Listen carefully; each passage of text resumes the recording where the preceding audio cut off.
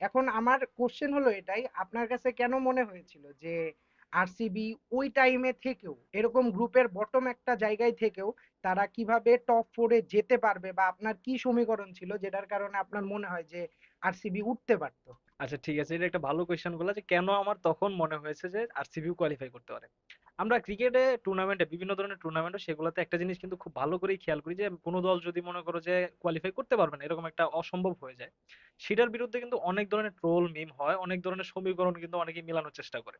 তো আরসিবির যারা ফ্যান আছে এরকম ফ্যানদের থেকে কিছু সমীকরণ আমি আমার হাতে দেখেছি, যারা ওই সময় থেকে বাকি যে কয়টা ম্যাচ আছে সবগুলা ম্যাচের রেজাল্ট নিয়ে একটা ফানি সমীকরণ বানিয়েছে।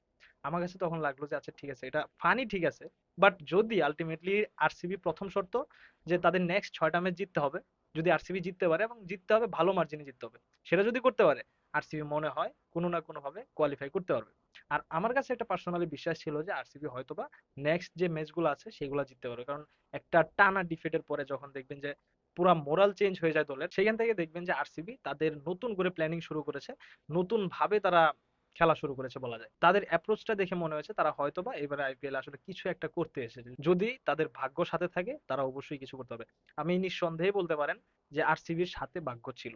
ভাগ্য যদি না থাকতো তাহলে এমনও হইতে পারতো যে 6টা ম্যাচ জিতার পরেও কোনোভাবেই কোয়ালিফাই করতে পারছে না আরসিবি, এটা কিন্তু হইতেই পারতো। কারণ এখানে অনেক সমীকরণ হয়েছে, কিন্তু আপনি যদি খেয়াল করেন তিনটা দলের কিন্তু সেম পয়েন্ট ছিল, সিএসকে, আরসিবি এবং লাকনাও, এই তিনটা দলের কিন্তু 14 পয়েন্ট রয়েছে। এই 14 পয়েন্ট নিয়ে যে আরসিবি কোয়ালিফাই করলো বাকি দুইটা দল করতে পারলো না, তো এখানে কি আপনি বলবেন না যে এটা একটা ভাগ্যর ব্যাপার? অবশ্যই এখানে একটা ভাগ্যর ব্যাপার রয়েছে। আর তার উপর রান রেট যেহেতু আরসিবি ভালো রেখেছে, সেটার জন্যই আরসিবি কোয়ালিফাই করেছে। তো দেখতেই পারলেন আরসিবির ডোমিনেশন, আরসিবি কিভাবে কামব্যাক করেছে। এখান থেকে কিছু শিক্ষা নিয়ে আপনাদের জীবনে কাজে লাগাতে পারেন। আপনারা এইভাবে কামব্যাক যদি দিতে পারেন তাহলে হয়তো বা আপনারা জীবনে কোনোদিন ঠেকবেন না। এটা আমার ব্যক্তিগত মতামত। আর সাথে একটা কাচ্চিও পাওয়া যাইতে পারে। আচ্ছা ঠিক আছে, সেটা কাচ্চি আমার ডিল ছিল, এটা ভাবছিলাম যে বলবো না, কিন্তু কাচ্চি ডিল ছিল। আজকের ভিডিও এই পর্যন্ত, দেখা হবে পরবর্তী কোনো ভিডিওতে। ধন্যবাদ সবাইকে। ধন্যবাদ।